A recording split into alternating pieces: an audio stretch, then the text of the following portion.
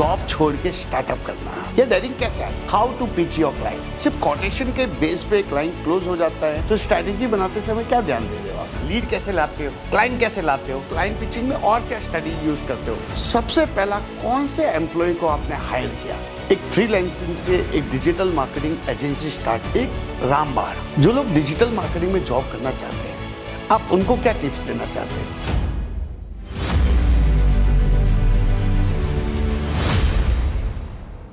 Welcome to the digital Sandeep show, जहां हम बात करेंगे डिजिटल मार्केटिंग के बारे में। आज हमारे साथ है सोशल हंग के फाउंडर अवनीश जैन, जो डिजिटल मार्केटिंग की एजेंसी रन करते हैं और बहुत सारे क्लाइंट के साथ काम करते हैं। इनका जो एक्सपीरियंस है, 7 साल से डिजिटल मार्केटिंग की इंडस्ट्री में बहुत बढ़िया से काम कर रहे हैं। तो आज इनसे जानेंगे कि एक सक्सेसफुल डिजिटल मार्केटिंग की एजेंसी रन करना है तो कैसे करें और कैसे क्लाइंट को पिच करें। बहुत सारी चीज़ें आपसे आज जानेंगे। तो Avnish, welcome to the digital Sandeep show. Thank you sir for inviting me in your show. तो अवनीश, मेरा तो सबसे इंपॉर्टेंट क्वेश्चन यही है कि मैं जिनके साथ बैठता हूँ एक ही क्वेश्चन पूछता हूँ कि how to pitch your client. बहुत अच्छा क्वेश्चन किया है। इस क्वेश्चन ने मुझे मेरे पुराने दिनों की याद दिला दी, जहाँ पे मुझे बुरे एक्सपीरियंसेस हुए थे कि कन्वर्जन नहीं मिलता था। मतलब क्लाइंट आता था, सेल्स करते थे हम, पर क्लाइंट कन्वर्ट नहीं होता था। तो तब हम क्या करते थे, सारे क्लाइंट्स एक ही डॉक्यूमेंट, बस क्लाइंट का नेम चेंज किया, बिजनेस का नेम चेंज किया, वही डॉक्यूमेंट हम सारे क्लाइंट को भेजते थे। वहाँ हमको कन्वर्जन नहीं मिल रहा था। विद इन अ मंथ हमने 16 मीटिंग की थी उस टाइम पे, और एक भी क्लाइंट कन्वर्ट नहीं हुआ। तो कहीं ना कहीं गलती अपने में थी। हम एक दिन बैठे, पूरा फिगर आउट किया कि कैसे क्या हो सकता है, कहाँ हम लेक करें, वो चीज़ें हमने फिगर आउट करने का ट्राई किया। फिर हमने देखा कि यार जो हम कोटेशन क्लाइंट को डिजिटली भेज रहे हैं आफ्टर अ मीटिंग, उसमें कोई पर्सनलाइज टच है ही नहीं। मतलब क्लाइंट के बिजनेस से रिलेटेड बातें इतनी हो ही नहीं रही। फिर हमने क्या किया, उन जो भी जितने भी हम डॉक्यूमेंटेशन थे, सारे डॉक्यूमेंट्स के अंदर हम क्या करते थे, क्लाइंट के बिजनेस से रिलेटेड, नेचर ऑफ बिजनेस उसका क्या है, उसकी टारगेट ऑडियंस क्या है, ऐसे और थोड़ा बहुत पर्सनलाइज टच डाल के उस डॉक्यूमेंटेशन को हमने रेडी किया according to the client business, according to the clients customer. हमने क्या किया, प्रॉपर डॉक्यूमेंटेशन बनाया। उस डॉक्यूमेंटेशन के अंदर हमने जो चीज़ें डाली वो क्लाइंट्स को हिट कर गए, मतलब टच कर गए कि नहीं देयर इज समथिंग। वो हुआ, उसके बाद हमारा 6 to 7% कन्वर्जन जो था वो बढ़ गया। तो पहले जब आप कोटेशन बनाते थे, क्योंकि हाउ टू पिच क्लाइंट में फर्स्ट मेन प्रायोरिटी होती है कि कोटेशन बनाना। तो पहले जो आप कोटेशन बनाते थे वो आप एक फॉर्मेट रेडी था, नाम चेंज कर दिया, लोगो चेंज कर दिया, फिर चलता था। अब जो आप कर रहे हो वो ये कर रहे हो कि पर्सनलाइज कर रहे हो।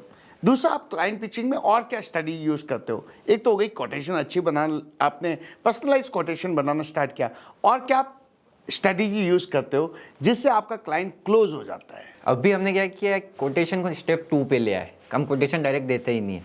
क्लाइंट आता है, कॉल पे बात होती है या फिर ओवर अ मेल बात होती है, आप रिक्वायरमेंट शेयर करो, क्या आपकी रिक्वायरमेंट है, आप कहाँ प्रॉब्लम फेस करो, वो एज अ मार्केटिंग।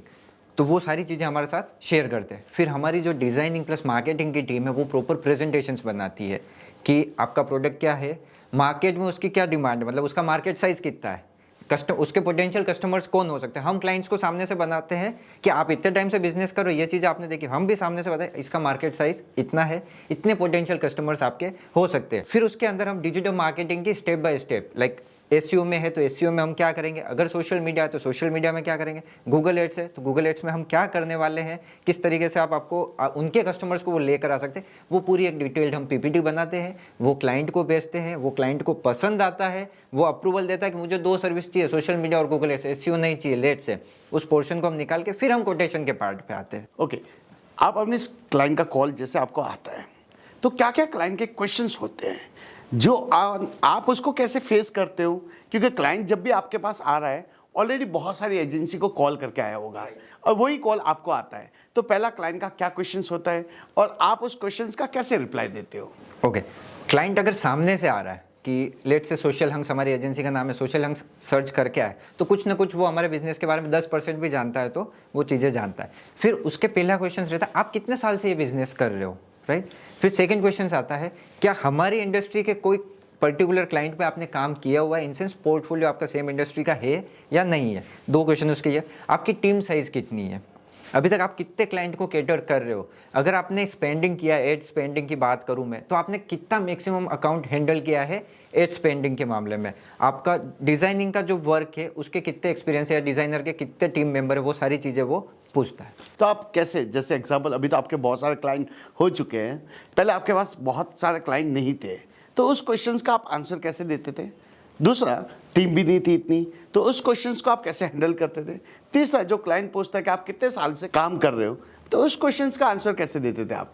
नॉर्मली जब पहले मैं पिच करने जाता था तो मैं मेरा पर्सनल एक्सपीरियंसेस बीच में लेकर आता था कि पर्सनली मुझे 5 to 6 इयर्स का एक्सपीरियंस है इसी इंडस्ट्री के अंदर, और मैंने डिफरेंट कंपनीज में जैसे जॉब किया और डिफरेंट इंडस्ट्रीज के साथ काम किया, तो वो एक्सपीरियंसेस मेरे लिए कहीं ना कहीं वो काम आया है कि सर इस इंडस्ट्री का काम मैंने ऐसे किया हुआ है, आपको ये है तो आप ऑनलाइन चेक कर सकते हो। फिर रही बात टीम की, तो मैं बोलता था जैसे कुछ चीज़ें मैं आउटसोर्स करता था, बट क्लाइंट को नहीं पता आउटसोर्स है इन हाउस है वॉट एवर इट वॉज।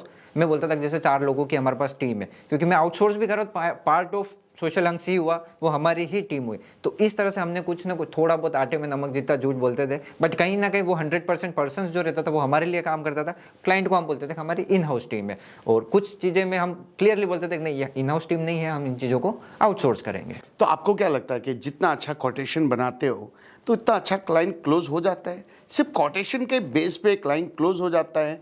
तो क्लाइंट को आप सेटिस्फेक्शन कैसे लेके आते हो, ट्रस्ट कैसे बिल्ड करते हो कि क्लाइंट क्लोज होना ही चाहिए? क्या ऐसा भी बैड एक्सपीरियंस हुआ है कि क्लाइंट के आप पूरी कोटेशन दे के आए और फिर क्लाइंट ने मना ही बोल दिया? ऐसा एक बार नहीं बहुत बार हुआ है। और इंडियन मार्केट की अगर मैं बात करूँ तो इंडियन मार्केट में कंपटीशन बहुत ज़्यादा टफ है, और एक क्लाइंट एक जगह से सर्विस लेने से पहले वो 10 जगह ट्राई करेगा किसका कितना कोटेशन हो। मेरे साथ हर बार हुआ है, हर एक क्लाइंट ने मुझे मेरे साथ क्रॉस गेम किया है कि इस पर्टिकुलर एजेंसी का मेरे पास इतने में कोटेशन है, बोलो आपको इतने में करना है।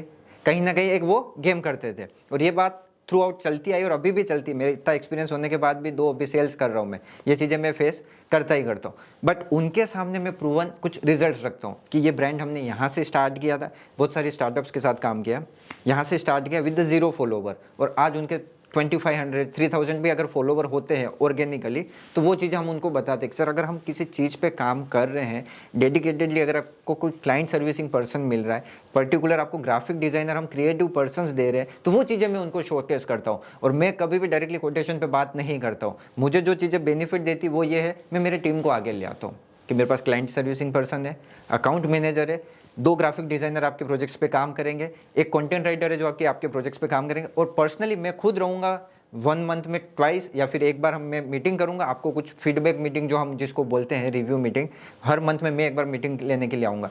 तो वो उस चीज़ नंबर्स ऑफ पर्सन्स में जब दिखा देता हूँ कि नहीं ये काम का स्टैंडर्ड इतना है, तो वो ऑटोमेटिकली कन्वर्ट हो जाता है। पहले आपने अपना करियर स्टार्ट किया डिजिटल मार्केटिंग एजेंसी, तो आपका जो पहला क्लाइंट था उसको क्लोज करने के लिए आप क्या क्या तैयारियां की थी, और अब आप किसी क्लाइंट के पास जाते हो तो क्या तैयारियां करते हो? क्योंकि किसी का जर्नी होता है ना कि पहला कस्टमर को मैं पिच करने जा रहा हूं, उसके लिए आपने क्या तैयारियां की, और अब क्लाइंट को पिच करने जाते हो तो क्या तैयारी करके जाते हो? ये बहुत अच्छा क्वेश्चन पूछा आपने। इसको मैं थोड़ा सा और बैकवर्ड ले जाऊंगा। जब मैंने मेरी जॉब छोड़ी और मैंने एजेंसी स्टार्ट करने का सोचा, मतलब बैक ऑफ द माइंड बहुत टाइम से चल रहा था कि एजेंसी स्टार्ट करना ही है, बट जब जॉब छोड़ी उसके बाद क्या ऑप्शन था? एजेंसी, और कोई ऑप्शन मेरे पास है नहीं, और दूसरी जॉब मुझे करनी नहीं थी।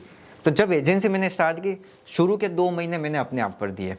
अपने आप पर कैसे दिए कि मेरी ब्रांड कैसी होगी, ब्रांड का क्या विजन है, उसको आगे किस तरीके से लेकर जाना, जो स्टार्टिंग लेवल पे होना चाहिए, मेरा वेबसाइट प्रॉपर होना चाहिए, सोशल मीडिया पे अगर कुछ कंटेंट डालना है तो वो किस टाइप का कंटेंट डालना है, क्योंकि प्लानिंग पहले करूंगा तो एग्जीक्यूशन में बाद में कर पाऊंगा। लोगों की वेबसाइट्स वगैरह बहुत R&D किया मैंने, एंड देन मुझे ये पता था कि मुझे लोगों से बिजनेस मिलने वाला है, नेटवर्क से मुझे बिजनेस मिलने वाला है, रेफरेंस से बिजनेस मिलने वाला है, डायरेक्टली कोई बिजनेस नहीं देगा। तो what I have done, LinkedIn पे मेरे कनेक्शंस जो थे उनको मैंने पिच करना स्टार्ट किया, मेरे व्हाट्सएप पे मैंने लोगों को मैसेजेस करना स्टार्ट किया कि मैं मेरी खुद की एजेंसी स्टार्ट कर रहा हूँ, प्लीज़ डू सपोर्ट, थोड़ा सा फेवर कीजिए, थोड़ा सा सपोर्ट कीजिए, आपको जो भी छोटा मोटा काम लगेगा मैं करने को रेडी हूँ in terms of digital marketing. सबको पर्सनलाइज्ड मैसेजेस भेजे। 2-3 महीने मैंने कुछ भी काम नहीं किया, जो मेरी सेविंग्स थी उनसे मेरा काम चल रहा था, और एक टाइम पे नर्वसनेस भी आ गई थी।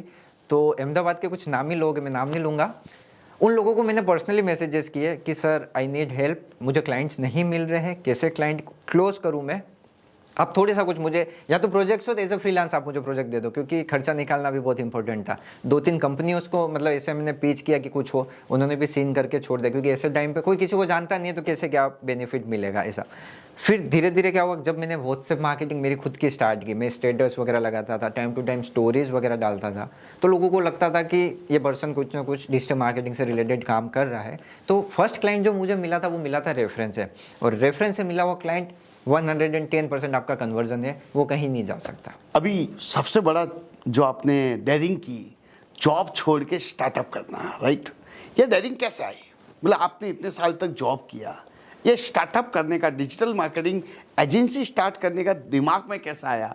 क्योंकि लोगों का हेजिटेशन होता है कि यार जॉब छोड़ूंगा, पैसा चला जाएगा, तो ये मोटिवेशन आया कैसे आपको?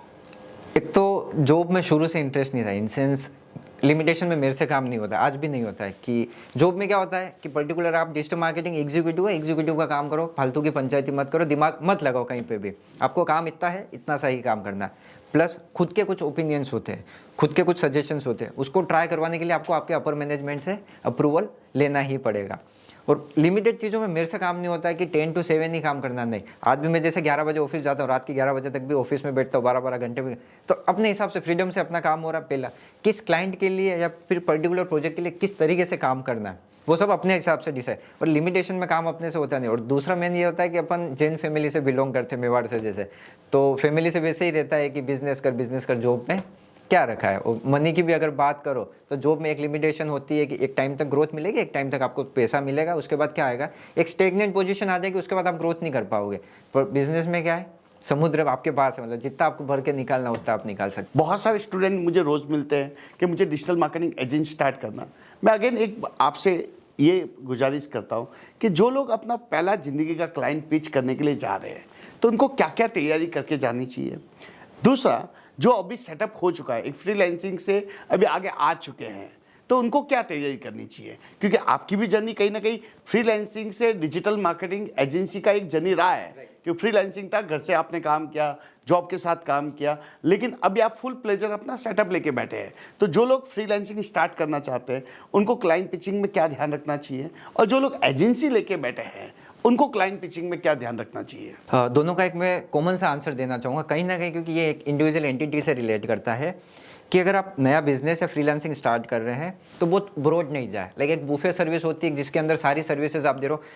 मैंने की हुई है ये गलती 2019 में, जब फ्रीलांसिंग करता था, मैं सारी सर्विस दे रहा था, सोशल मीडिया भी दे रहा था, मैं गूगल एड्स भी दे रहा था, मैं GMB भी दे रहा था, SEO भी दे रहा था, मर्चेंट सेंटर, सब कुछ दे रहा था। बट अपनी एक्सपर्टीज सारी चीज़ों में नहीं होती। इनिशियली जब स्टार्ट करते हैं, एक नीश आप पकड़ लो, नीश मीन्स सर्विसेज का नीश आप पकड़ लो कि सोशल मीडिया में मैं स्ट्रॉन्ग हूँ 80%, बाकी में मैं हूँ 40% आप पहले आप सोशल मीडिया पकड़िए, फर्स्ट पिच आउट कीजिए आप सोशल मीडिया के क्लाइंट्स को। फर्स्ट क्लाइंट आपको कॉन्फिडेंस या तो बढ़ाएगा या मोटिवेशन डाउन करेगा, फर्स्ट वो आपके ऊपर डिपेंड करता है आप किस डायरेक्शन में जा रहे हो। तो सबसे पहला क्लाइंट जो भी आप पकड़ रहे हो, आपकी जो एक्सपर्टीज है वो क्लाइंट पकड़ो। सोशल मीडिया है तो मैक्सिमम ट्राई रखो कि बोले मुझे सोशल मीडिया ही ट्राई करना। और इतना फोकस ये भी होना चाहिए, या फिर बोलते हैं कि जेब में इतना पैसा होना चाहिए, अगर 2 महीने तक क्लाइंट नहीं मिले तो जेब में पैसा होना चाहिए, खर्चे पानी आपके निकल रहे, और जैसे जैसे जेब खाली होगी आप वैसे वैसे भागोगे। हर क्लाइंट को नहीं पकड़ना, मैं GMB भी कर लूँगा, ये भी आपकी एक्सपर्टीज नहीं। आपको क्लाइंट ने अगर 2 क्वेश्चन कर दिया, आप चुप हो जाओगे, क्लाइंट को वहाँ पे डाउट आएगा, वहाँ पे जैसे डाउट आए आपका मोटिवेशन डाउन हो जाएगा कि यार मुझे क्लाइंट्स नहीं मिल रहे, मुझे बिजनेस नहीं मिल रहे। सो आई वुड सजेस्ट, अगर आप मार्केट के अंदर जा रहे हैं, सबसे पहले आपकी जो एक्सपर्टीज है उसको सामने रखें। अगर कुछ एक्सपीरियंसेस है तो उस चीज़ को भी दिखाएं, मैंने इन क्लाइंट्स के साथ या इन बिजनेसेस के साथ काम किया और यहाँ से यहाँ तक लेकर आया, तो वहाँ से सामने वालों को ट्रस्ट होगा कि नहीं चलो बंदा जेन्युइन है और एक्सपीरियंस है इन चीज़ों का, इसलिए हम भी उसको अपना काम दे सकते हैं। एक फ्रीलांसिंग से एक डिजिटल मार्केटिंग एजेंसी स्टार्ट करना, तो फ्रीलांसिंग कब तक करूं और कब तक उसके बाद में एजेंसी स्टार्ट करनी चाहिए?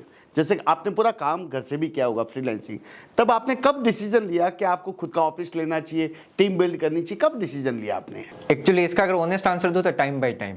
मैंने मेहनत करने में मैं पीछे नहीं रहा, टाइम बाय टाइम।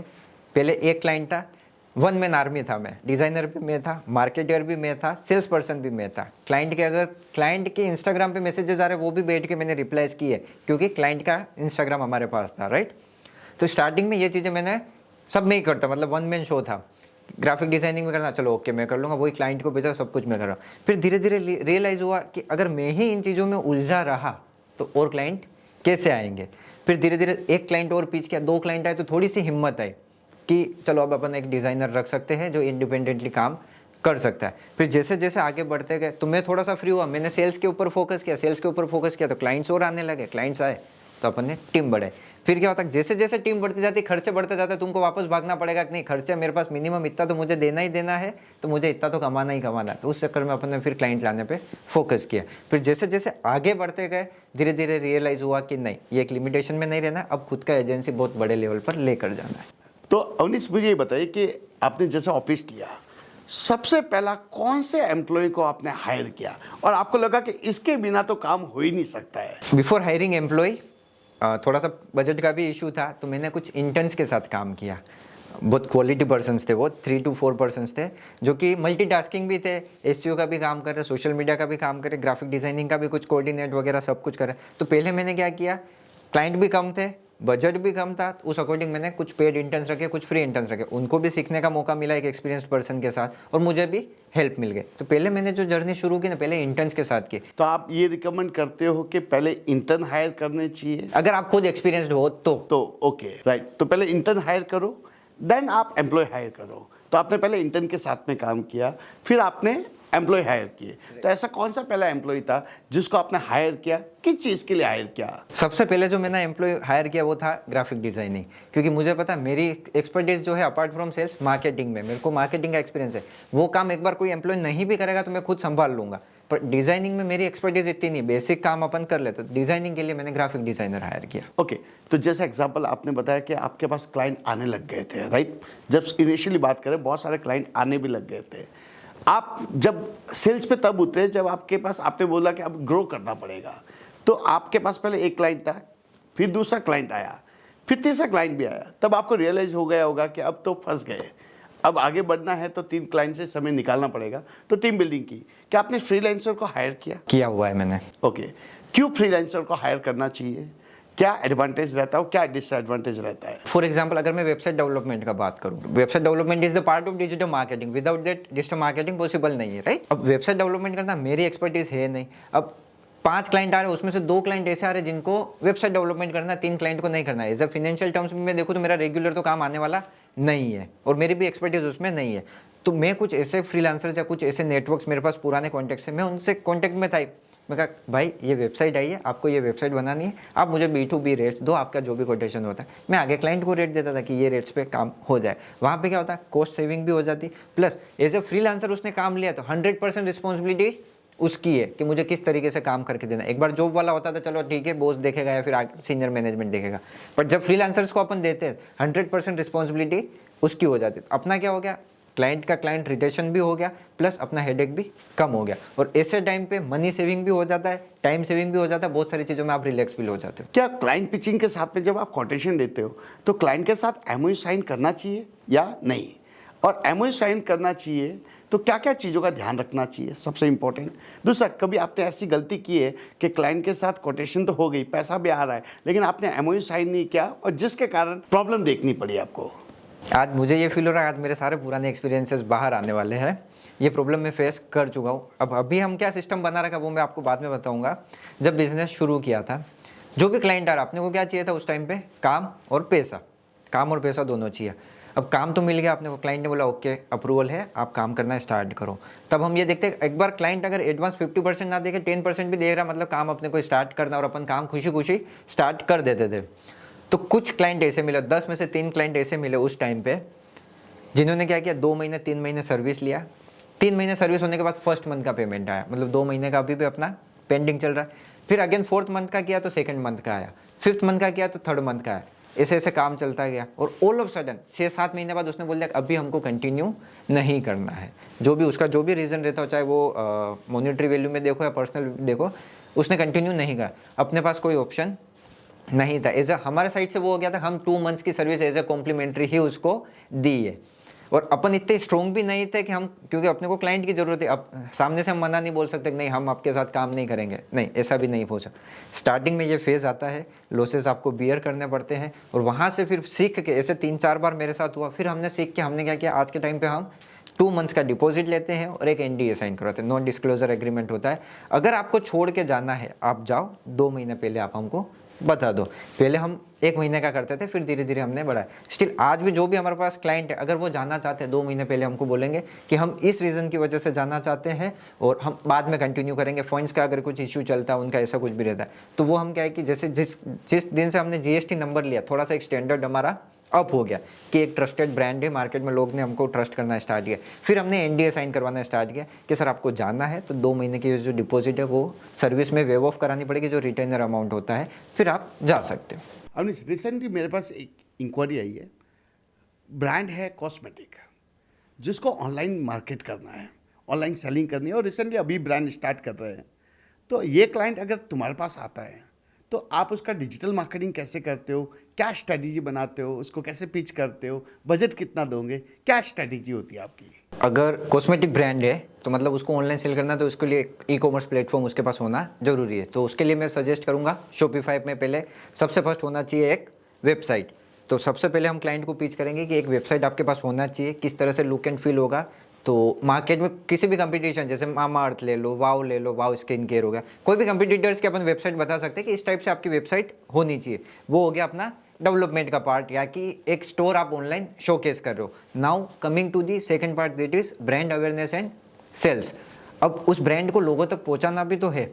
उस ब्रांड को उस लोगों तक पहुंचाने के लिए हम क्या करेंगे, नंबर ऑफ चीज़ें उनको बताएंगे कि आप सोशल मीडिया एड्स कर सकते हो, यूजीसी एड्स कर सकते हो, इन्फ्लुएंसर्स के साथ आप कोलैब कर सकते हो, कॉन्टेस्ट मार्केटिंग वगैरह आप कर सकते हो, and then performance marketing where we will play in numbers कि कितने ऑर्डर्स आए, क्या है। गूगल एड्स पे अपन कर सकते हैं, यूट्यूब पे अपन कर सकते हैं, एंड देन सोशल मीडिया में हम अवेयरनेस एंड कन्वर्जेंस वाला जो एडवर्टीजमेंट होता है फनल वाइज जो चलाते हैं, वो चीज़ें हम करेंगे। अब इसमें अगर बजटिंग की बात करो, बनाना चाहे तो बहुत कॉम्प्लिकेट ये बन सकता है अगर नंबर से ऐसे बात की है। कुछ चीज़ें ऐसी इन्फ्लुएंसर मार्केटिंग हो गई, वो आउटसोर्स आपको करनी है। कुछ इन्फ्लुएंसर्स जैसे आपके कॉन्टैक्ट में, कुछ इन्फ्लुएंसर्स क्लाइंट के थ्रू अपन फिगर आउट कर सकते हैं। तो वो जो पार्ट होता है वो अपन थर्ड पार्टी कोटेशंस में अपन डाल सकते हैं कि ये थर्ड पार्टी क्लाइंट पार्टी का, सॉरी। दूसरा हो गया वेबसाइट डेवलपमेंट। अगर डेवलपमेंट में इन हाउस अगर मैं करता तो उसके नंबर ऑफ प्रोडक्ट कितने हैं, मेरी मेहनत कितनी लग रही है, कितने वीक का या कितने आवर्स का वो जॉब हो रहा है, उसका एक बेसिक अमाउंट मैं काउंट करता हूँ कि for example 600 rupees per hour मैं चार्ज करूँगा on a basic level, very minimum level.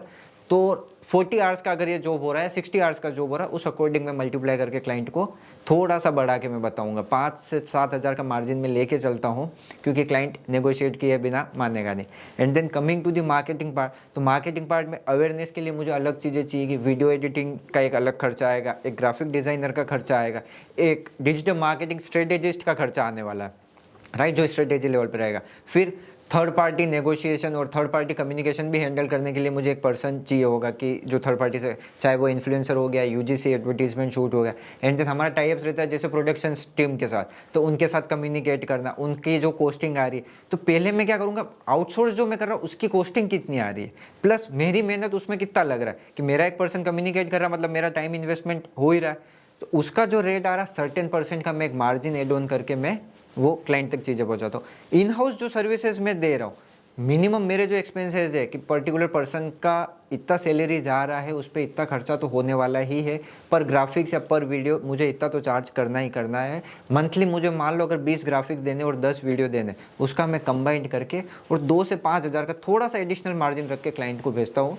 Social media marketing अगर आप कर रहे हो या ओवरऑल 360 डिजिटल मार्केटिंग कर रहे हो, तो उसमें आपको इतना चार्जेस देना है। थर्ड पार्टी लाइक प्रोडक्शंस का काम हो गया, फोटो शूट वगैरह रहेगा, यूजीसी एडवर्टीजमेंट शूट रहेगा, and then influencer marketing. Third party का जो भी काम होगा उसका एक एडिशनल मार्जिन एड ऑन करके हम क्लाइंट को देते हैं कि ये काम आपको इतने में पड़ेगा। तो इस तरह से अपन एक बजट डिसाइड करते हैं। तो लेट्स से एग्जाम्पल जो कॉस्मेटिक ब्रांड का बात करो, पहले सबसे पहले क्या करोगे आप, एसईओ पे फोकस करोगे या फेसबुक ऐड पे फोकस करोगे या ऑर्गेनिक सोशल मीडिया ऑर्गेनिक पे फोकस करोगे, पेड एडवर्टाइजमेंट पे फोकस करोगे, क्या आपकी रणनीति क्या होगी? 80% of the time Indian client की मेंटेलिटी मैं बताता हूँ जो मैंने एक्सपीरियंस किया मार्केट में। अगर आज पैसा डाला कल मुझे धंधा चाहिए, मतलब कल धंधा चाहिए। आज अगर मैंने आपको 1000 रुपये दे दिए एडवर्टीजमेंट में डालो या फिर एजेंसी को डाले, कल मुझे 1500 रुपये का धंधा चाहिए। नहीं धंधा आया तो आपके ऊपर बात, मतलब मेन फोकस सेल्स है। Sales, performance marketing is very important, और ई कॉमर्स में बात करें तो बहुत ज़्यादा इंपॉर्टेंट है, ठीक है। तो जब क्लाइंट आता है, सबसे पहले एसईओ क्या हो गया, एक लॉन्ग टर्म गेम हो गया। मैं उसको समझाने चाहूँगा, बहुत बड़ा अगर कोटेशन दूंगा वो क्लाइंट आता हुआ भी चला जाएगा।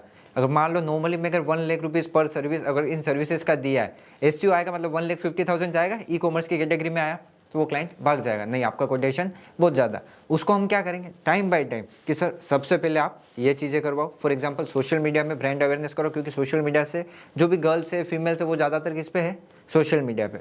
मैक्सिमम जो टारगेट मार्केट है वो किस पे है, सोशल मीडिया। वहाँ से आप कस्टमर्स को आपकी वेबसाइट पर ला सकते हो। दूसरा, influencer is the most demanding job जो बोलते हैं, इसमें इन्फ्लुएंसर से जो कन्वर्जन होता है वो उसका रेट हाई रहता है, तो इन्फ्लुएंसर्स को हम पकड़ेंगे। वेबसाइट एक बेसिक स्टोर की ज़रूरत पड़ती ही पड़ती। लास्ट में हम जब आते हैं तो डिस्प्ले मार्केटिंग या फिर यूट्यूब एडवर्टीजमेंट कर सकते हैं फॉर द रीमार्केटिंग। अगर कोई वेबसाइट पर सोशल मीडिया के थ्रू आया, किसी और चैनल के थ्रू आया, इन्फ्लुएंसर्स के थ्रू आया, उनको हम यूट्यूब के थ्रू क्या कर सकते हैं, रीटारगेट कर सकते हैं। सेम टू सेम हम सोशल मीडिया पे कर सकते हैं। So there will be a funnel on social media और गूगल, जहाँ पे अवेयरनेस के लिए एक पार्ट होगा, एंगेजमेंट के लिए एक पार्ट होगा, कन्वर्जन के लिए एक पार्ट होगा। उसको हम सेगमेंट में डिवाइड करेंगे। बट पहला ट्राई हमारा ये रहेगा, विद इन 2 मंथ्स हम बेसिक इतना सेटअप कर दें, 3rd मंथ से क्लाइंट को बिजनेस आना स्टार्ट हो जाए। एसईओ के लिए अगर मैं इनिशियली पिच करने गया कि सर आपका ये कंपटीशन है, 6 महीने बाद आपको धंधा मिलना शुरू होगा, और उसमें भी कोई गारंटी नहीं, क्योंकि ई-कॉमर्स कैटेगरी है तो कंपटीशन टफ मिलने वाला ही है, तो वो क्लाइंट हमको वहीं के वहीं भगा देगा कि नहीं हमको आपसे लेकिन काम। आपने बोला कि 3 महीने के बाद आप उसको चालू करके देंगे।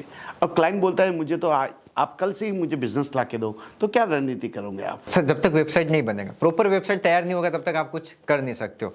बाय द टाइम वेबसाइट एक साइड बिल्ड हो रहा है, we can work out on strategy. लेकिन वेबसाइट बनाने में कितना टाइम लग सकता है शॉपिफाई में? नॉर्मली 1 वीक से 10 दिन में एक वेबसाइट रेडी हो जाता है, उसमें कोई ज़्यादा टाइम नहीं लगता। बट क्लाइंट के प्रोडक्ट अगर मान लो अगर 3000 4000 अगर प्रोडक्ट हुआ, उसको कस्टमाइजेशन चाहिए कि नहीं मुझे तो अलग लुक एंड फील चाहिए। जैसे मामा अर्थ से अपन ने कंपेयर किया, मामा अर्थ बहुत बड़ी ब्रांड है, लोकल लेवल पे बहुत नहीं काम है। अपन लोकल कंपटीटर, लोकल क्लाइंट को अगर बोले कि मामा अर्थ जैसा अगर चाहिए, तो उसमें तो थोड़ा बहुत तो टाइम अपने को लगेगा। फिर एक हमारा जैसे रहता है 2 वीक्स का टाइम हम लेते हैं स्ट्रेटेजी और प्लानिंग के लिए, मिनिमम 2 वीक्स का टाइम हमको। उस स्ट्रैटेजी में आप क्या बनाते हो? जैसे हर क्लाइंट आपसे उम्मीद करता है, राइट, कि आप बढ़िया से स्ट्रैटेजी बना के दो और फिर उसको आपको प्रेजेंट भी करना है। तो स्ट्रैटेजी बनाते समय क्या ध्यान दे रहे हो आप? स्ट्रेटेजी में वो जैसे स्टार्टिंग में मैंने बताया, क्लाइंट का क्या मार्केट है, उसके पोटेंशियल बायर्स कौन है, पोटेंशियल कस्टमर्स क्या, उस अकॉर्डिंग हम चीज़ें उसमें डालते हैं। और अभी हम क्या करते हैं, उसको हम डायरेक्टली सैंपल देते हैं। सर इस टाइप का ग्राफिक्स आएगा, आपको चाहिए तो हम आपको फ्री में फोटोशूट भी करके देते हैं एज ए सैंपल। किस टाइप का फोटोशूट होगा, किस टाइप के ग्राफिक्स आपको मिलने वाले और किस टाइप का वीडियो मिलना है, एक एक चीज़ हम उसको एज ए सैंपल दे दें, तो उसको पिक्चर क्लियर हो जाता है। अवेयरनेस लेवल पे क्या होने वाला है, आगे आने वाले 6 महीने तक क्या होगा, वो पिक्चर हम उसको एक पीपीटी में क्लियर करके दे देते विद सैंपल्स। और सैंपल देना बहुत जरूरी है। ओके, तो फिर आप मंथली चार्जेस क्या देते हैं? अगर परफॉर्मेंस का बात करता हूँ तो आप कैलकुलेशंस करते हो, जैसे आपका आवर्स कितने जा रहे हैं, आपके टीम का कितना एक्सपेंस है, सब कुछ होता है। तो भी क्लाइंट कभी कभी चला जाता है, तो क्या मतलब हर जगह, क्योंकि ई-कॉमर्स का बात करता हूँ तो उसको रिजल्ट नहीं मिलता है। जिसका बात करें ROS का, रिटर्न ऑन इन्वेस्टमेंट का बात कर रहे हो, या रिटर्न ऑन एड स्पेंड का बात करते हो, उसको पॉजिटिव नहीं आता है, तो वो चला जाता है। तो आप क्या स्ट्रैटेजी फ्रिक्वेंटली चेंज करते हो? जैसे क्या हर महीना सेम स्ट्रैटेजी यूज़ करते हो कि चलो इसको तो रिजल्ट आ ही रहा है, तो बार बार चेंज करने की ज़रूरत नहीं है? क्या आप भी ऐसे दिमाग लगाते हो, क्या हर वीक उसकी एड चेंज करते हो या वीडियो चेंज करते हो? क्या स्ट्रैटेजी यूज़ करते हो आप? हर एक मंथ का कैलेंडर हम 10 दिन पहले बना देते हैं। लेट से अभी अगस्त चल रहा है, उसका कैलेंडर हमारे पास 20 जुलाई तक रेडी होता है, ठीक है। और हर महीने हम कुछ ना कुछ फोकस रखते हैं, इस महीने हमारा ये फोकस है। फॉर एग्जांपल अगर स्किन केयर का कोई प्रोडक्ट है, लेट से स्किन केयर के प्रोडक्ट है, स्किन केयर के उसके पास 5 प्रोडक्ट है, वो बोल रहा है अभी इस सीजन के हिसाब से ये स्किन केयर प्रोडक्ट पे फोकस करना है, तो हमारी जो स्ट्रेटेजी होगी पर्टिकुलर वो एक ही महीने के लिए होगी। नेक्स्ट मंथ में हम जब स्ट्रेटेजी हम बनाने जाएंगे, कुछ चीज़ें सेम रहेगी, कुछ चीज़ें जैसे मान लो अच्छी चली उस चीज़ को हम लगाएंगे। उसके अलावा हम 40% ऐसा कुछ लाएंगे जिसमें ट्रायल एंड एरर होगा, कुछ हम नई चीज़ें ट्राई करेंगे जिसमें हम क्लाइंट को भी कन्विंस करेंगे और ये हमको भी पर्सनली अच्छा लगता है कि नहीं इस बार कुछ नया ट्राई करते हैं। तो हर महीने हम स्ट्रेटेजी चेंज करते हैं और जो चीज़ अच्छी परफॉर्म कर रही है ऑर्गेनिकली इनऑर्गेनिकली उसको हम कंटिन्यू रखते हैं। जैसे जो बंदे जो क्लाइंट्स हैं वो ई-कॉमर्स का स्टार्टअप करना चाहते हैं बट उसके बाद ज़्यादा बजट नहीं है, तो आप उनको क्या सजेस्ट करना चाहते हो? फेसबुक ऐड, गूगल एड्स या ऑर्गेनिक करना चाहिए? क्योंकि ऑर्गेनिक करेगा तो इमीडिएट तो रिजल्ट आने वाला नहीं है। तो अगर फेसबुक ऐड चलाने के लिए आप सजेस्ट करोगे, गूगल ऐड सजेस्ट करोगे, क्या करोगे आप? मैं इस टाइम पे गूगल एड्स भी सजेस्ट नहीं करूंगा क्योंकि गूगल एड्स में पर क्लिक का पैसा लगता है और देयर इज नो गारंटी कि कन्वर्जन होगा ही होगा। गूगल एड्स पे नॉर्मली क्या होता है, रिसर्च करने के लिए लोग आते हैं, राइट, कि ये प्रोडक्ट मुझे अगर लेना है, तो उसके साथ कंपटीटर्स की भी एड्स आती है, आपकी भी एडवर्टीजमेंट है कि वो क्लिक करके वहाँ आएगा, एक बार पूरा ऐप का एक्सप्लोर करेगा।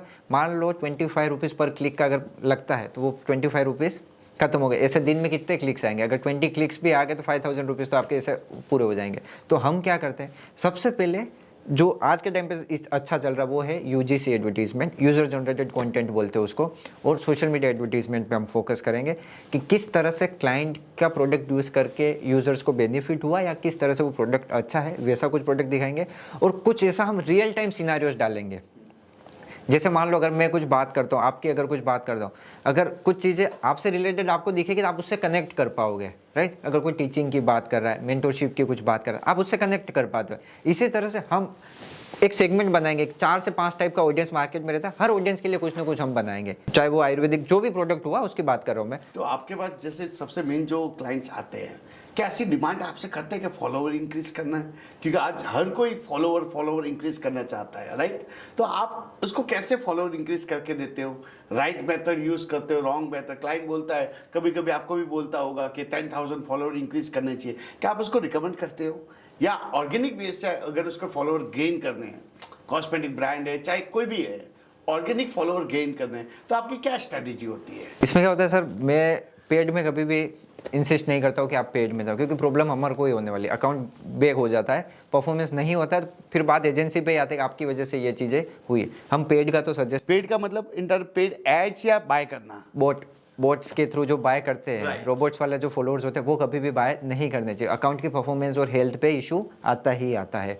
सो वोट भी सजेस्ट, कंटेंट पे अपन फोकस करें, रियल टाइम कंटेंट आप डालो, ब्रांड को लोगों से कनेक्ट करो, वेरी फर्स्ट।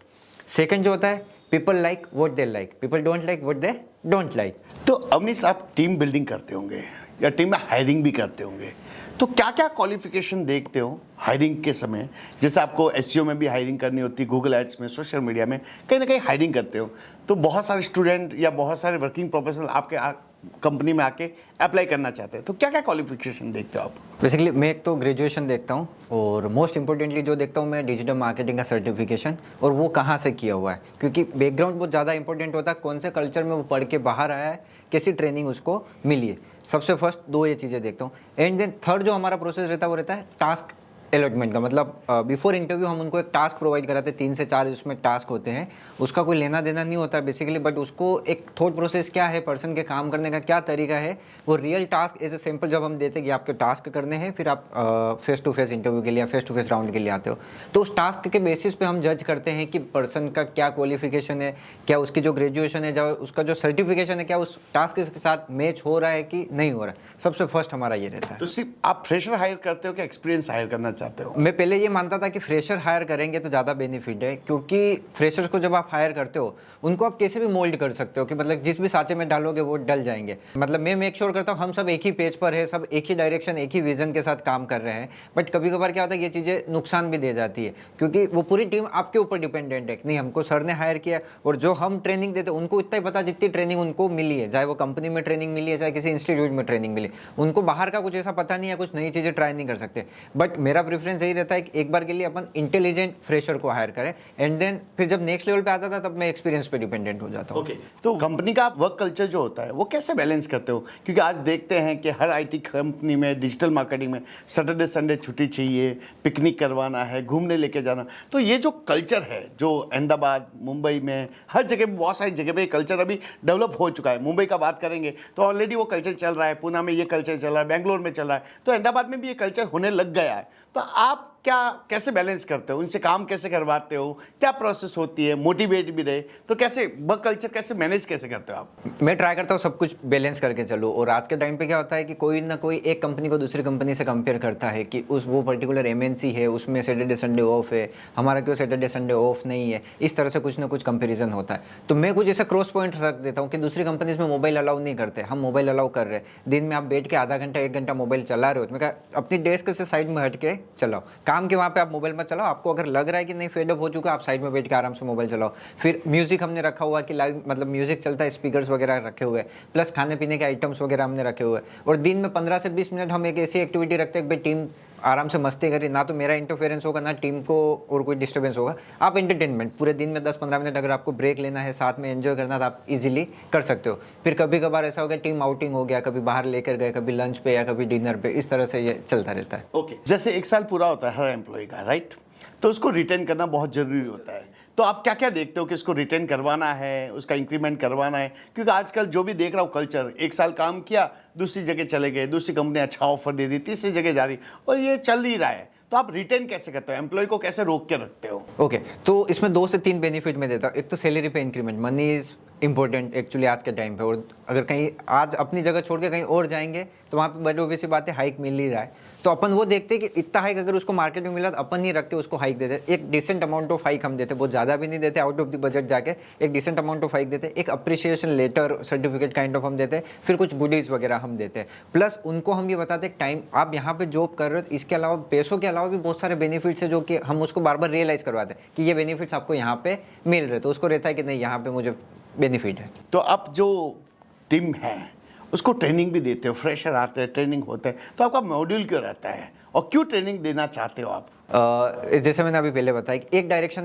में चलना बहुत जरूरी है, पूरी टीम चाहे लीडर हो गया चाहे बैकवर्ड जो कोई भी हो गया, सबको एक डायरेक्शन में सोचना। और डे 1 से जब से मैंने एजेंसी स्टार्ट किया था मेरा एक ही फोकस था, मैं जिस डायरेक्शन में देख रहा हूँ टीम भी उसी डायरेक्शन में देखे, चाहे मेरे क्लाइंट्स को लेकर हो, चाहे मुझे लेकर हो, चाहे कंपनी के विजन या मिशन को लेकर हो। तो time to time biweekly या फिर जैसे मंथली एक बार हम मीटिंग लेते हैं कि इस क्लाइंट का है और ये सोशल हंक्स का है, हर एक चीज़ को हम डिटेल में डिस्कस करते हैं कि इस पर्टिकुलर क्लाइंट का ये और ये विजन है, ये मिशन है, क्या हम उस तक पहुँच पाए या उस डायरेक्शन में हम जा रहे हैं, मैं किस एंगल से मैं सोच रहा हूँ, मेरी टीम किस एंगल से सोच रही, हम दोनों ओपिनियंस अपने शेयर करते हैं, फिर जो भी अच्छा होता है वो चीज़ें हम करते हैं, तो it's like win and win situation, team भी शेयर करती है, मैं भी शेयर करता हूँ, और फिर हम डिसाइड करते हैं हमको एक ही डायरेक्शन में जाना है। चलो, आपसे तो टीम मोटिवेट हो जाती है, आप उनको ट्रेनिंग देते हो, आपको ट्रेनिंग लेने के लिए क्या करते हो? क्योंकि कहीं ना कहीं मेंटर का, गुरु का होना बहुत ज़रूरी है, तो आप अपने आप की स्किल कैसे इन्हांस करते हो, डायरेक्शन बिजनेस चलाने के लिए डायरेक्शंस कैसे लेते हो, बिजनेस को ग्रो करने के लिए क्या एक्टिविटीज़ करते हो? ओके मेरी एक अच्छी चीज़ मैं वो मानता हूँ वो है ऑब्जर्वेशन स्किल्स। एक तो मार्केट में देख के कि क्या चल रहा है, लोग किस तरीके से बिजनेस कर रहे हो, इवन हमारे जो कंपटीटर है वो मेरे लिए कंपटीशन ना होकर मेरी एक लर्निंग है कि वो किस लेवल पे स्टैंड करते हैं, हम कहाँ पे स्टैंड कर रहे हैं, उनसे इंस्पायर होकर अपन क्या कर सकते हैं, कंपटीशन को बीट करने के लिए अपन क्या कर सकते हैं, ये तो हुआ फर्स्ट। सेकेंडली मैं क्या करता हूँ, मेरे नेटवर्क में जो भी बिजनेसमैन है, चाहे बिजनेस अलग हुआ डजेंट मैटर, बट एक प्रोसेस और एक सिस्टम बिजनेस का सबका सेम ही रहता है, तो हम उनसे कम्युनिकेट करते हैं मुझे मेरे बिजनेस में ये फील हो रहा है, ये फील हो रहा है। रिसेंटली मैंने आपको भी कॉल किया था कि सर मुझे ये चीज़ें फील हो रही है, व्हाट शुड आई डू, तो जो आपने सजेशंस दिए, तो इस तरह से क्या होता है एक लेवल पर गाइडेंस बहुत जरूरी है, और आप एक लेवल पे स्टक हो जाते हैं, क्योंकि मेरा माइंडसेट एक लेवल तक सोच रहा उतना ही सोच पाएगा, उसके बियॉन्ड अगर जाना है मुझे किसी न किसी की हेल्प लेना बहुत जरूरी है। और आपसे 1 महीने में एक बार तो अपनी मीटिंग हो ही जाती है, तब अपन पूरा महीने का जैसे डिस्कस करते ही है, तो एज ए मेंटोर आप जर्नी भी आपको पता है पूरी, तो मैं आपके साथ पूरी चीज़ें डिस्कस करता हूँ कि कैसे क्या करना चाहिए, फिर आप जो सॉल्यूशंस देते हो उसको प्रैक्टिकली इंप्लीमेंट करते हैं। अवनी, सबसे इंपॉर्टेंट, क्लाइंट कैसे लाते हो, लीड कैसे जनरेट करते हो, क्या एक्टिविटीज़ आप करते हो कि आपका बिजनेस, क्योंकि सेल्स भी होनी बहुत ज़रूरी है, एक होता है क्लाइंट चल ही रहे, रिटेन करना बहुत ज़रूरी है, तो आप लीड कैसे लाते हो, क्लाइंट कैसे लाते हो, वो थोड़ा सा बताइए। Okay, there are multiple sources to generate leads in the market, right, but मेरा जो पर्सनली 70% ऑफ दी जो मेरा बिजनेस चल रहा है वो चल रहा है रेफरेंस बेसिस पे, मेरे नेटवर्क से एक क्लाइंट ने दूसरे का रेफरेंस दिया, किसी और ने किसी का रेफरेंस दिया, वैसे 70%। 30% मेरा जो बिजनेस चल रहा है वो ऑनलाइन सोर्सेज के थ्रू, गूगल एड्स हो गया, सोशल मीडिया एडवर्टीजमेंट हो गया, इसके थ्रू चल रहा है। इसके अलावा भी बहुत सारी चीज़ें हैं जो कि मैंने ट्राई की। अगर आपको मैं बताऊँ BNI का अगर आपने नाम सुना हो, बहुत बड़ा नेटवर्किंग चैनल है वो, एक्चुअली मैं वहाँ पे 2 बार विजिट करके भी आया, बट वहाँ पे क्या रहता है एक रिस्ट्रिक्शन रहता है, सिंगल कैटेगरी में सिंगल पर्सन ही इन्वॉल्व हो सकता है। अब मैं वहाँ पे गया, अगर मान लो डिजिटल मार्केटिंग या सोशल मीडिया मार्केटिंग का ऑलरेडी कोई वहाँ पे है तो मुझे अलाउ नहीं करेंगे। ऐसे फिर हमारी कम्युनिटी, जैन कम्युनिटी का एक जीतो करके एक नेटवर्क कम्युनिटी चालू हुआ, उसमें भी ऑप्शंस मिलते हैं कि वहाँ से भी आप बिजनेस डेवलप कर सकते हो। So there are multiple sources जहाँ से बिजनेस। तो आप मतलब नेटवर्क पे बिलीव करते हो, राइट? किसी ने कहा एक network is your net worth, right. So वहाँ पे जाके आप क्या एक्टिविटीज़ करते हो, मतलब कैसे अपने आप को इंट्रोड्यूस करते हो, क्योंकि किसी ना किसी ग्रुप का आप हिस्सा बनना चाहते हो, किसी ना किसी कम्युनिटी में आप एंटर होते हो, तो आप इसको कितनी इंपॉर्टेंस देते हो कि नेटवर्किंग करनी चाहिए कि नहीं करनी चाहिए? बिल्कुल करनी चाहिए, बिना नेटवर्किंग के आप आगे नहीं बढ़ सकते, मैं ये मानता हूँ।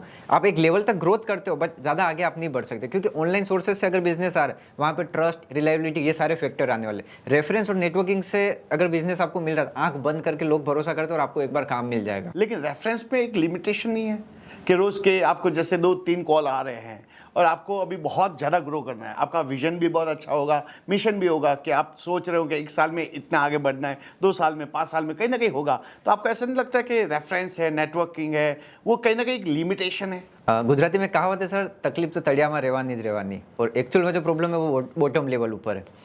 अब अगर मैं इनिशियली अगर मैं मार्केटिंग करूँ गूगल एड्स या कहीं पे भी करूँ या डिजिटल प्लेटफॉर्म पे, तो मेरा स्पेंड भी होगा, इजीली कन्वर्जन नहीं होगा। नेटवर्किंग के थ्रू अगर मैं इनिशियली किसी लोगों से मिल रहा हूँ, इनिशियली मुझे एक मोटिवेशन मिलेगा, चलो मुझे 2 लाख 3 लाख 5 लाख का बिजनेस शुरुआत में मिल गया, पैसा आएगा जेब में, फिर अपन आगे का और सोचेंगे कि चलो डिजिटल मार्केटिंग में मैं प्लेटफॉर्म, और वहाँ पे क्या होगा, अपने पास एक पोर्टफोलियो बिल्ड हो जाएगा, लोगों के टेस्टिमोनियल्स होंगे, अपना काम अपन लोगों को शोकेस कर सकेंगे। तो बट ऑब्वियसली बात है, वहाँ से अपने को दूसरा बिजनेस मिल जाए, बट इनिशियली मैं मानता हूँ विदाउट नेटवर्क विदाउट रेफरेंस आप आगे नहीं बढ़ सकते। ये मेरा मानना, मेरा परसेप्शन है, जो कि मेरी जर्नी में मेरा साथ दिया है। चलो ये तो बहुत बढ़िया बातें हो गई, अच्छी अच्छी चीज़ें आपने बताई और बहुत सारे लोगों को हेल्प भी हो गई। आपकी पर्सनल जर्नी के बारे में बताइए ना, कैसे आपने स्टार्ट किया, कैसे आपके कौन कौन से चैलेंजेस हुए, कैसे आपने फेस किया, थोड़ा सा पर्सनल एक्सपीरियंस बताइए ना कि सोशल हंक्स जो है उसको स्टार्ट करने के पीछे क्या दास्तान थी, क्या वर्कआउट किया आपने और कैसे आपने आपको ग्रो किया। पहले मैं कॉमर्स स्टूडेंट, 11th-12th मैंने कॉमर्स से किया, एंड देन एक एम्बिशन रहता, नहीं मैं भी सीए बनूंगा, मैं भी सीए बनूंगा, तो सीपीटी के फॉर्म वगैरह भरे और दुनिया को भेड़ चाल जो होती बेसिकली वो किया था। तो सीपीटी का फॉर्म वगैरह फिलअप किया, फर्स्ट अटेम्प्ट दिया, क्लियर नहीं हुआ। सेकंड अटेम्प्ट में फैमिली वालों ने इंसिस्ट किया कि चल एक बार और ट्राई मार, हो जाएगा। सेकंड टाइम भी किया तो पता चल गया अपने बस का है, ये गेम नहीं है, तो सेकंड अटेम्प्ट दे के फिर अपन बैकआउट ले लिया। और तब मैंने बीकॉम का फर्स्ट ईयर भी दिया था, एक्चुअली एग्जाम चल रहे थे साथ में। एंड देन फिर आया कि यार कंप्यूटर का ज़माना चल रहा है 2014, कि अब अपने को कुछ कंप्यूटर से रिलेटेड और आईटी से रिलेटेड कुछ करना चाहिए, तो मैंने ऑप्ट आउट किया बीसीए करते हैं चलो। तो 3 साल हमने बीसीए किया, तब रियलाइज़ हुआ कि नहीं, कोडिंग भी अपने बस की चीज़ नहीं है, मतलब एक मज़ा नहीं आ रहा था। कोडिंग भी कर रहे थे, नॉलेज था, बट मज़ा नहीं आ रहा था, वो अंदर से एक फील आता वो नहीं आ रहा। उस टाइम पे मैं क्या बहुत मूवीज़ वगैरह देखता था मोबाइल में, तो एमएक्स प्लेयर पे क्या बीच बीच में एडवर्टीजमेंट आता था, अभी जैसे ट्रू कॉलर वगैरह पे आता है पॉपअप एड्स जो डिस्प्ले एडवर्टीजमेंट। तब जयपुर में जब था तो एक डिस्प्ले एडवर्टीजमेंट आया था, लर्न डिजिटल मार्केटिंग ऐसे का, तो वहाँ मेरी क्यूरियोसिटी बढ़ी, ये कैसे आया, इसको कैसे पता कि मैं क्या ढूंढ रहा हूँ। क्योंकि नॉर्मली क्या होता है, एक ग्रेजुएशन होने के बाद बंदा या तो जॉब सर्च करेगा या सेल्फ डिपेंडेंट होना चाहेगा, तो तब ये चीज़ें दिमाग में हीट करती है, और तब वो मेरे को हीट किया, तो मैंने बहुत रिसर्च करना स्टार्ट किया। एंड देन फैमिली ने बोला कि चलो अब अहमदाबाद शिफ्ट होना ही है, तो मैं अहमदाबाद आया। अहमदाबाद आने के बाद जो भी हो सकता था, गूगल पे जितना भी रिसर्च करते, यूट्यूब वगैरह सब गए, 4-5 इंस्टीट्यूट पे गया, आपसे भी मिला था उसी बीच में।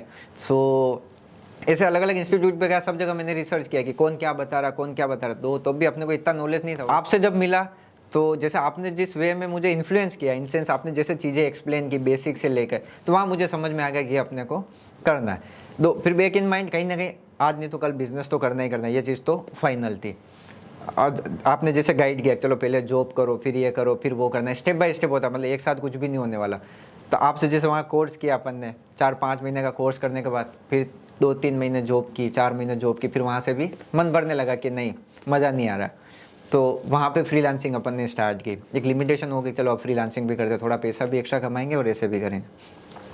2019 में मैंने एक बार एजेंसी ट्राई किया था चालू करने का, 6 महीने के लिए मैंने चलाया, बट मैं फेल हो गया, क्योंकि मुझे यह था, एक तो पेशेंस नहीं था कि मैंने जॉब कर ली, मुझे बहुत सारा आ गया, मैंने बहुत कुछ सीख लिया, अब मैं एजेंसी स्टार्ट कर सकता हूँ, बट नहीं, वो नॉलेज मेरे लिए सफिशिएंट नहीं था, बहुत सारी चीज़ें मैं मिस आउट कर रहा था। दो उस टाइम पे भी मैंने ट्राई किया, बट वो नहीं कर पाया। Then again I started job in other companies, तो दूसरी कंपनी में जॉब किया। फिर 2022 में फाइनली मैंने सोच लिया कि इस बार करो या मरो वाली सिचुएशन है, कोई भी सिचुएशन आए, मुझे सारी सिचुएशन ट्राई करनी है, मुझे हर एक मतलब अपना 110% दे के बिजनेस स्टार्ट करना, और वो भी एजेंसी ही स्टार्ट करनी है। क्योंकि 5 साल इस फील्ड में था ना, तो ये चीज़ें आ गई थी, ये चीज़ें मुझे अंदर से खुशी देती और मुझे भी मज़ा आता है। मतलब ये जब काम करता हूँ तो मैं टाइम नहीं देखता हूँ, ये जब काम करता हूँ कितना पैसा आ रहा है वो भी मैं नहीं देख रहा हूँ, टू बी ऑनेस्ट। ये 2 चीज़ मैं नहीं देखता हूँ, कितना पैसा, हाँ पैसा कमाना इंपॉर्टेंट है, रात को आज जैसे 11-11, 12-12 भी बज जाते हैं ऑफिस में, मैंने 2-2, 3-3 बजे तक भी बैठ के काम किया, मतलब वो काम कर रहा हूँ मैं, घड़ी के सामने मेरी नज़र नहीं जा रही है, पैसा भी नहीं देख रहा हूँ कि यार मैं 2-2 बजे तक काम कर रहा हूँ, इतना ही पैसा मिल रहा है, ये भी मैंने नहीं देखा। मैं कहा आएगा इन फ्यूचर। तो ये 2 चीज़ थी, मुझे अंदर से मतलब ऐसे वाइब आती थी, ऐसे हिट करती थी कि नहीं यही काम मुझे करना है। प्लस थर्ड एक पॉइंट रहता है कि मुझे कम्युनिकेट करना अच्छा लगता है, जैसे मैं सेल्स करता हूँ, एक स्किल सेट होता है सबका अपना अपना, मेरा स्ट्रॉन्ग स्किल सेट है मेरा सेल्स, कि मैं जो द वे आई कम्युनिकेट, तो वो चीज़ें मुझे अच्छी लगती है, लोगों के साथ बात करना। और इवन यू वोंट बिलीव, मैं जब जॉब करता था तब भी मुझे ये फील होता था अवनीश तू एग्जीक्यूशन के लिए तो नहीं बना है, एटलीस्ट तू एग्जीक्यूशन के लिए नहीं बना, तू सेल्स कर सकता है, टीम कम्युनिकेशन कर सकता है, लोगों को गाइड कर सकता है। ये चीज़ें मुझे तब भी अच्छी लगती थी, और ये एजेंसी स्टार्ट करने के बाद ये चीज़ें फील भी हुई कि जो मैंने सोचा था वो चीज़ें हो रही है। 2022 में आपको मिला था जब एजेंसी स्टार्ट करने वाला था, तब मेरा एक पहला मोटिव ये था, सर मैं नेटवर्किंग करूंगा, बिना नेटवर्किंग के मैं बिज़नेस नहीं कर पाऊंगा। ऐसे बहुत सारे लोगों से मिला, मेरे फ्रेंड से मिला, आपसे मिला, और भी जो प्रोफेशनल नेटवर्क्स में थे सबसे मिला। तो आपने मुझे अपॉर्चुनिटी दी कि घर से तो काम नहीं होगा, ये बात आपने बोल दी। मैंने 2-3 महीना ट्राई किया था, आपने बोला अवनीश घर से तो काम नहीं होगा, बेड को देख के वैसे ही नींद आनी है।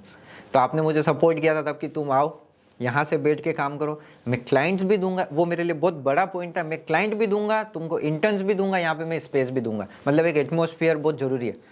2 महीने 3 महीने शुरुआत में तकलीफ पड़ी, उसके बाद वो गाड़ी जो चली वो आज तक चल रही है। तो हायरिंग करते हो आप, किसी को आप एज ए इंटर्न रखते हो, स्टाइपन देते हो, किसी को आप 12-15 हज़ार रुपये देते हो, किसी को 18-25 हज़ार रुपये देखते हो। क्या क्वालिटीज देखते हो, क्या क्वालिफिकेशन देखते हो कि सबकी सैलरी अलग अलग डिसाइड करते हो? तो सबसे पहले मैं देखता हूँ उनका स्किल सेट, क्या है। दूसरा उनका देखता हूँ एटीट्यूड कैसा है, लाइक किसी काम को लेकर एटीट्यूड, पर्सनल एटीट्यूड की बात नहीं कर रहा हूँ। थर्ड इससे देखता हूँ मैं, अगर उनको प्रैक्टिकल रियल टाइम कुछ क्वेश्चंस देता हूँ, उनका IQ लेवल क्या है, ठीक है। फिर फोर्थ अगर मैं देखता हूँ कि वो किस वे से कम्युनिकेट कर रहा है, उनका इंग्लिश कैसा है, और अगर किसी चीज़ को किसी को कन्विंस करना तो वो कर पा रहा है कि नहीं कर पा रहा है। उसके बाद वो जिस वे में हम मेरे साथ कम्युनिकेट कर रहा है पर्सनली बैठ के, क्या वो वैसा कम्युनिकेट टीम के साथ कर पाएगा कि नहीं कर पाएगा, ऐसी कुछ चीज़ें मैं देखता हूँ। ठीक है, एज ए बिगनर जो लोग डिजिटल मार्केटिंग एजेंसी स्टार्ट करना चाहते हैं, तो आप उसको क्या टिप्स देना चाहते हो? सबसे पहले मैं बोलूँगा अपने आप को बेटर बनाए, खुद की प्रेजेंस, खुद का रिप्रेजेंटेशन, जस्ट लाइक एक खुद का वेबसाइट होना चाहिए, सोशल मीडिया आपका होना चाहिए, एक ब्रांड की आपकी भी एक आइडेंटिटी होना चाहिए। क्योंकि आप लोगों को पिच करने जा रहे हो, आपकी मार्केटिंग हम करें, लेकिन उससे पहले खुद की मार्केटिंग आप कैसे कर रहे हो वो बहुत इंपॉर्टेंट है, the way you represent yourself. तो वहाँ से कस्टमर अट्रैक्ट होता है। तो पहले तो खुद का एक वेबसाइट प्रॉपर होना चाहिए, एक आइडेंटिटी के लिए लोगो प्रॉपर होना चाहिए, सोशल मीडिया पे प्रेजेंस होना चाहिए। सोशल मीडिया पे खाली प्रेजेंस नहीं होना चाहिए, उसके ऊपर कंटेंट भी होना चाहिए, टाइम टू टाइम अपडेट्स होना चाहिए। चाहे आप व्हाट्सएप कम्युनिकेट कर रहे हो आपके क्लाइंट से या फिर स्टेटस वगैरह डाल रहे हो, वो चीज़ें हैं कि मार्केट में लोगों को इंगेज करती है। ये हो गया सबसे फर्स्ट। सेकेंड, आज के टाइम पे मैं जो सजेस्ट करना चाहता हूँ वो ये है कि बुफे सर्विस चालू ना करें। आपकी जो एक्सपर्टीज़ है, जैसा अपना पहला डिस्कशन है, जो एक्सपर्टीज़ है, be it social media, be it Google ads, be it SEO, पहले कोर सर्विसेज उस पर फोकस करें। आपकी जो एक्सपर्टीज़ होगी, जो जिसमें आपको नॉलेज ज़्यादा है, एक्सपीरियंस ज़्यादा है, तो वहाँ से आपको क्लाइंट लाने में आसानी रहेगी, वहाँ से इजीली क्लाइंट मिलेंगे। तो पहला फोकस करें कि मेरा एक्सपर्टीज़ क्या है, मेरी स्ट्रेंथ क्या है, उस पर फोकस करें। आपका जो नेगेटिव पार्ट और जो आप इंक्लूड करना चाहते हो उस पर मेहनत करें, लेकिन धीरे धीरे पहले कोर फोकस करें आपकी एक्सपर्टीज़ पे, और फिर उसके बाद मार्केट में उतरे और भी सर्विसेज के साथ, ज़्यादा सर्विसेज के साथ। फिर धीरे धीरे रिलेशनशिप बिल्डिंग, नर्चरिंग, लोगों के साथ नेटवर्किंग करना, सीनियर्स हो गए, जूनियर्स हो गए, हुएवर मार्केट में, इंडस्ट्री में जो भी लोग हैं उनसे मिलना। फिर कभी शर्माना नहीं, अपने क्लाइंट जो भी एग्जिस्टिंग क्लाइंट है उनसे ये पूछना है कि कोई हो क्लाइंट तो रेफरेंस देना। ये बार बार हर क्लाइंट से बात करनी है कि मुझे कोई ना कोई रेफरेंस देना, और मंथली 2 बार तो आपको क्लाइंट से मीटिंग करनी है। भले क्लाइंट आपका ऑनबोर्ड हो गया है या फिर चला गया, फिर भी सर मैं आया हुआ था, 10 मिनट अपन मिल सकते हैं क्या? इसमें शर्माना नहीं है कि नहीं यार मैं कैसे जाओ क्लाइंट से मिलो। हो सकता है वो खुद काम ना दे रहा हो, बट उसके सामने आपका चेहरा आएगा तो आपको किसी और का रेफरेंस भी दे सकता है। प्लस उसके बाद जो मोस्ट इंपॉर्टेंट है, काम तो आप ले आए, काम करके देना भी एक टास्क है। तो उस काम का एक स्टैंडर्ड मेंटेन करना, टाइम टू टाइम डिलीवरी करना, एक एग्जीक्यूशन प्रॉपर हो रहा है कि नहीं हो रहा है, चीज़ें कैसे स्केड्यूल करना। आजकल तो वैसे AI का ज़माना है, तो बहुत सारी ऑटोमेशन हो जाती है चीज़ों की, तो वो प्रॉपर एक स्केड्यूल बना के रखना, टाइम टू टाइम क्लाइंट के साथ कम्युनिकेट करना। कुछ अगर गलती हो भी जाता है तो फोर फ्रंट आके एक्सेप्ट करना कि सर हाँ हमने गलती की और उसके लिए वी आर अपोलोजाइजिंग, और ये हम आगे नहीं करेंगे, उस वे में। फिर जब मंथ एंड होता है, फिर उसके बाद क्लाइंट को रिपोर्टिंग देना। Communication is the most important की। अगर क्लाइंट ऑन बोर्ड हो जाता है, टाइम टू टाइम क्लाइंट के साथ कम्युनिकेट करो। क्लाइंट जब भी बुला रहा है आप अवेलेबल रहो मीटिंग्स के लिए, चाहे वो रात की 9 बज रही, 10 बज रही, डजंट मैटर। अगर क्लाइंट अवेलेबल है तो आप वो जी सर मैं आ जाऊँगा, इस तरह से कुछ चीज़ें। अच्छा, सेल्स कितनी इंपॉर्टेंट है? क्योंकि आज जो भी स्टार्टअप करना चाहते हैं उनको सेल्स करनी कितनी इंपॉर्टेंट है, और सेल्स कैसे सीखे? सेल्स डिफ़िकल्ट टास्क तो है, बट इतना भी डिफ़िकल्ट नहीं है कि आप नहीं कर सको। सेल्स करना बहुत इंपॉर्टेंट है, और मैं बोलूँगा जो भी फाउंडर है, जो ओनर है, सबसे पहले सेल्स वही करे। क्योंकि अपनी ब्रांड के साथ जो कनेक्ट कर पाता है वो कोई और नहीं कर पाएगा। आपका कोई टीम मेंबर हुआ, आपका जो विजन है, वो मिशन है, वो आप क्लाइंट के सामने रख सकते हो, उस वे में आप बात कर सकते हो। आपका कोई टीम मेंबर बात नहीं कर सकता। आप किस स्टैंडर्ड के साथ सर्विस प्रोवाइड करवा सकते हो ये आप बता सकते हो, आपका टीम मेंबर नहीं बता सकता। Now if you talk about financial part, कि मान लो क्लाइंट के सामने बैठे 20,000 किसी चीज़ के लिए पिच किया, क्लाइंट बोलता नहीं 18,000, यू हैव अ राइट कि इमीडिएट उसको आप क्लोज कर सकते हो। और मेरा यही मानना है जितना इंस्टेंट आप क्लोज करते हो ना, उतना बेटर, नहीं तो वो क्लाइंट कल को किसी और के पास जाएगा। अवनीश, आपने पर जिंदगी का पहला क्लाइंट आप पिच करने गए होंगे, राइट? तो आपने सेल्स कैसे सीखी? क्लाइंट को पिच करते करते सीखी, या कुछ आपने बुक्स पढ़ी, वीडियोस देखे, क्या किया आपने, ट्रेनिंग कैसे ली? मैं लोगों की वीडियोस देखता हूँ, कौन कैसे कम्युनिकेट कर रहा है, अपने आप को कैसे रिप्रेजेंट कर रहा है। फिर एक चीज़ मैं बताऊँ, जब मैं इंटरव्यू देने गया जॉब में, तब मैं नर्वस फील करता था। पर जब जब मैं क्लाइंट से मिलने गया ना, मुझे एक कॉन्फिडेंस रहता था। वो क्लाइंट की क्या ज़रूरत है, सबसे पहले मोर इंपॉर्टेंट, मैं क्लाइंट को समझ के जाता था। क्लाइंट की पहले स्टडी करता था कि ये क्लाइंट का बिजनेस क्या है, कौन से मार्केट में ये सर्विसेज दे रहा है, इसको आगे क्या चाहिए, पहले वो चीज़ समझ के जाता हूँ। फिर उसके कंपटीटर मार्केट में क्या कर रहे हैं, वो चीज़ें समझना बहुत ज़रूरी है। क्लाइंट के सामने जब ये बात बोलता हूँ कि सर आप ये कर रहे हो, आपके कंपटीटर ये कर रहे हैं, आप यहाँ पे अच्छा करो पर यहाँ पे आप अच्छा नहीं करो, मतलब कहने का मतलब क्लाइंट की तारीफ करना भी बहुत जरूरी है। सारे नेगेटिव पॉइंट बोलोगे तो भी आप नुकसान में आ सकते हो, तो ये चीज़ें भी बताना जरूरी है। और फैक्ट के साथ बात करो कि सर 85% ऑफ द पीपल जो है, जैसे आज डिजिटल टूल्स वगैरह यूज़ कर रहे हैं और आप उसमें से कितना लीवरेज ले रहे हो, आप नहीं ले रहे हो। मार्केट साइज़ ये है, पोटेंशियल कस्टमर इतने हैं पर आपको ये चीज़ें नहीं मिल रही। इस तरह से कुछ डेटा के साथ बात करनी है,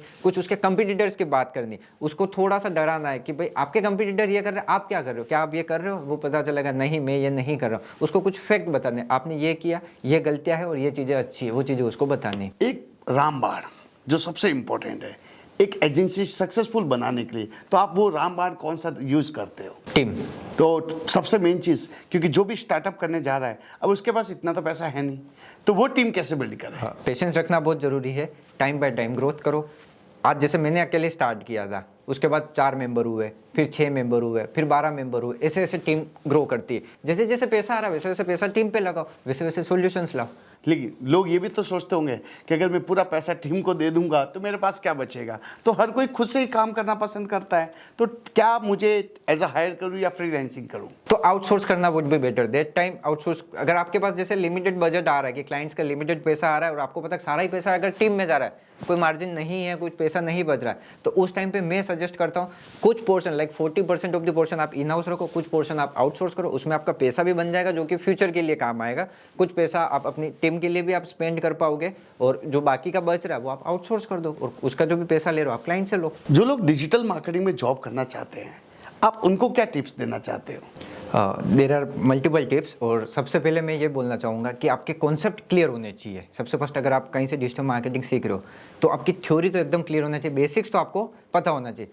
साथ ही साथ उन बेसिक्स के साथ आपको ये भी पता होना चाहिए प्रैक्टिकली ये चीज़ें पॉसिबल है या नहीं है, या फिर इसका क्या मतलब है, ये कैसे वर्कआउट करती है। फॉर एग्जाम्पल अगर मैं बात करूँ, जैसे अगर गूगल एड्स का अगर कोई इंटरव्यू देने जा रहा है तो गूगल एड्स में उसको पता होना चाहिए किस टर्म का क्या मतलब है, रोएस क्या होता है, return on ad spend, CTR क्या होता है, सीटीआर कैसे कैलकुलेट होता है, सीटीआर ज़्यादा है तो अच्छा है, सीटीआर कम है तो बुरा, क्या चीज़, ये सब चीज़ें उसको पता होना चाहिए। कैंपेन्स अगर सेटअप कर रहे हो, अगर आप फिर रूल्स और स्क्रिप्ट वगैरह लगा रहे हो तो वो कैसे लगाया जाता है, मतलब थ्योरी उसने पढ़ी है कैसे अच्छे से, पर प्रैक्टिकली उसको इम्प्लीमेंटेशन कैसे होता है, क्या चीज़ होती है, वो उसको आना ही चाहिए। साथ ही साथ और एक चीज़ बताओ, आज के टाइम पे जो लोग देखते हैं वो ये होता है कि भाई एक स्किल सेट के साथ साथ उसको और क्या चीज़ें आती है। इसमें अगर बात करूँ, जैसे फॉर एग्जाम्पल मैं अगर सोशल मीडिया में कहीं इंटरव्यू देने जा रहा हूँ तो मुझसे ये भी पूछा जाएगा कि आप ऑर्गेनिक सोशल मीडिया के साथ साथ पेड कर सकते हैं, क्या आप ग्राफिक्स वगैरह का नॉलेज आपको है, वीडियो एडिटिंग, क्योंकि आजकल बहुत सारे ऐसे टूल्स आ गए एआई के टूल्स जिसमें ड्रैग एंड ड्रॉप वाला काम होता है, तो वो ये लोग ये भी देखते हैं कि उसको एक चीज़ के साथ मल्टीपल चीज़ें आती है कि नहीं आती।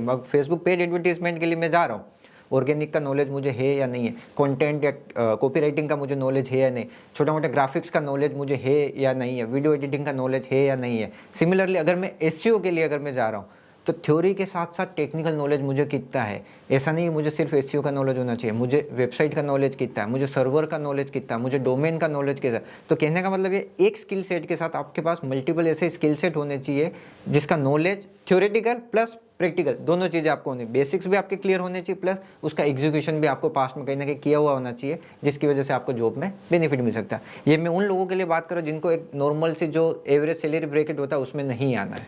Awanish, thanks a lot digital Sandeep show में आने के लिए। आपने अपनी बहुत अच्छी से जर्नी बताई, आपने कैसे अपनी एजेंसी स्टार्ट की, किसको अगर स्टार्टअप करना है तो उनको क्या ध्यान रखना चाहिए, आपने क्या डिफ़िकल्टीज फेस की। First of all once again thanks a lot, आपने जो इन्फॉर्मेशन शेयर की। ऐसे डिजिटल मार्केटिंग रिगार्डिंग बहुत सारा कंटेंट लेके आ रहे हैं, तो सब्सक्राइब करना मत भूलिएगा। मिलते हैं नेक्स्ट एपिसोड में।